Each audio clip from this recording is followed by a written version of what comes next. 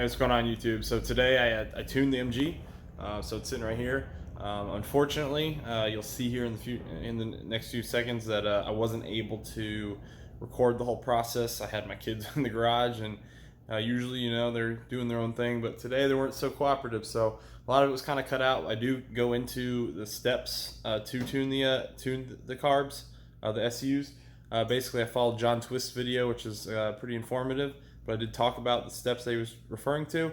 You're gonna see when I start tuning it how rough the engine's idling, and I want you to take notice of that. And then at the end, notice how smooth it is. I mean, it's my first time ever doing it. It's probably still not perfect, but it's amazing. It's amazing the difference. The throttle response is ridiculously more noticeable. It's better. It's just incredibly better. I took it around the block. I wish I had tuned it before I did the first drive, because it probably would have looked like it was seamless, like there was no big deal. It was just going out like normal, because honestly, it idles smooth as silk right now, and it's I'm very happy with how that's coming. Yeah. So next thing, like I mentioned, I'll mention in here is an issue with my tach. So if someone can answer that question, I'd be greatly appreciated. I don't know why my tach's not working. It's wired in the back of the dash appropriately, but there's a white and black wire that runs into the engine bay, I believe, to the coil pack, and I'm still not understanding why I can't get it to work. So please watch that part and comment. Alright, so I'm not sure how well you guys can hear me, but I'm having my first case of the electrical gremlins. So for the longest time, my car did not run without jumper cables going straight from the battery back to the fuel pump, to where it was actually powering my fuel pump straight from the battery, just a jump line. Well, now I plugged the line back in, and the car's been idling, and I've been revving it for quite a bit, and I'm not losing fuel level here. It's staying up there, so I mean, electrical system's working magic. I don't know, maybe just need to shake some stuff out. I don't know. Not gonna complain, one less thing I gotta fix, so awesome.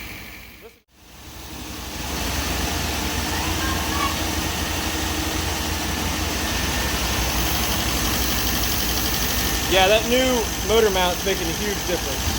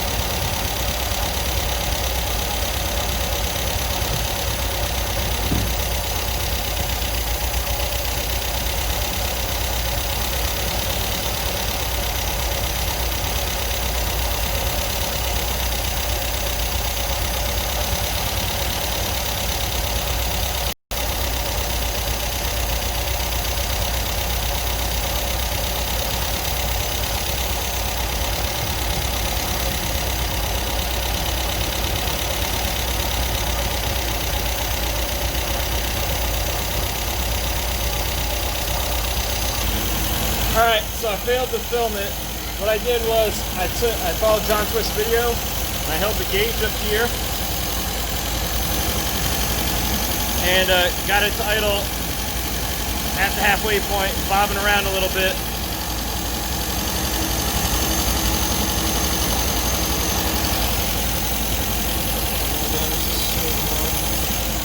Tighten that one down a little more, but I got it. It's definitely idling healthier right now. So I just spent the time tuning it, following John Twist's video, you know, setting the idle set points, adjusting the air ratio with the tool, and then after that I adjusted the richness, and I think it was running a bit too, I want to say it was running too rich, and so, you know, we leaned it out a bit, and it's running way smoother now. And then I messed with the linkage to ensure now it's already kind of fallen off. I'll have to mess with it again. But to make sure the throttles on both carbs go up at the same time, Right now the right's going up a little sooner, so I'm gonna have to fix it again. But that's no problem. We'll adjust that. But the car in general is just idling way smoother. I'll show you. Hold on, Max. Let's get it started. It just sounds healthier than what it did when we first took the drive the other day. There it goes.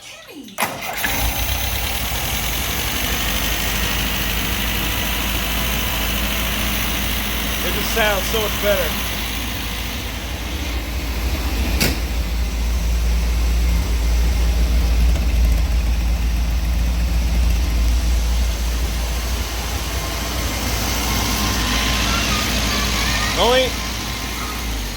Hold on.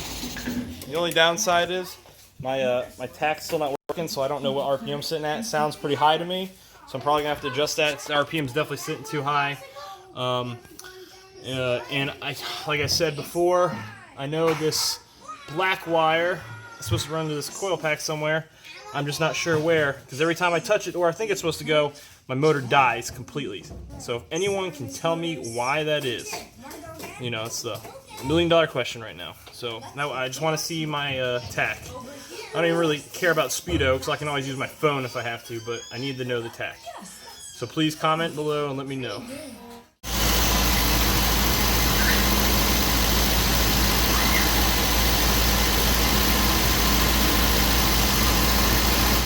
Alright, so as you guys saw, the engine's just idling so much smoother. I'm very happy with how it's running right now. Sounds good, sounds smooth, sounds clean, sounds healthy. A couple of little nitty-gritty things I have to clean up in the motor itself. A couple of the hoses they're past their prime and they definitely need to be replaced. I've been there for at least 25 years. So I've already replaced a lot of them, but there's some more that need replacing. So the upper and lower radiator hoses, where it splits to the heater core or in the engine, it has basically rubbed on the fan. I had adjusted it when I first got the car before I started it for its first start, because I saw the rub marks from the previous owner, but I twisted it a little bit, and so it's not rubbing, and it's held out. There's a little bit of seepage from where it's been rubbing, so it's obviously doomed to failure here shortly. So I'm going to go ahead and get that ordered. It's only like $10 and get that replaced, and go ahead and order the upper as well, just because it looks like it's, I mean, I'm squeezing it, it's pretty old. So yeah, we're gonna replace that. I don't want to get too dirty tonight. Everything I did in this video was done earlier today. But the next thing I want to do when I come in here is to kind of go through my parts again. I haven't really gone through them since I moved into my new house, and so I have a big stash sitting over there, stacked under a whole bunch of crap. And I just got to start going through it, and maybe some of the stuff I can put on the car, because I'm not gonna worry about painting immediately. Some stuff I will paint, like the trunk. A lot of people probably aren't going to like what I'm going to do, but I'm going to do the same thing to the trunk that I'm going to do to the floors. I do plan on getting an interior for the car.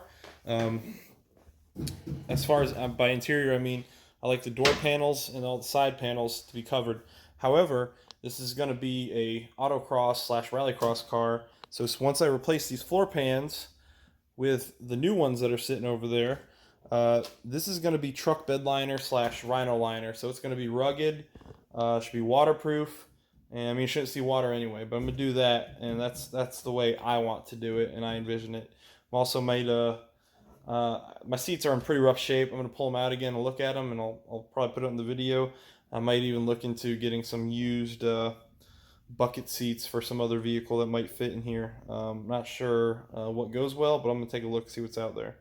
I mean, this is a budget build by far, so I don't want to go too crazy either. I just have to get car seat covers and put them on that until I get it working. But yep, we're plugging along. If you know the answer to the tach question that I asked, please comment below. And you know, car's so much farther than it was at the beginning of the series. If you haven't seen the first episode, please go back, watch them all. There's a playlist, Project Bobby B. Click on it and watch the whole series. I'm sure you'll, if you're an MG guy or you just like, you know, I'm an amateur mechanic, just want to see an average guy take a shot, please watch. If you enjoy it, please like and subscribe. All right, guys, have a good night.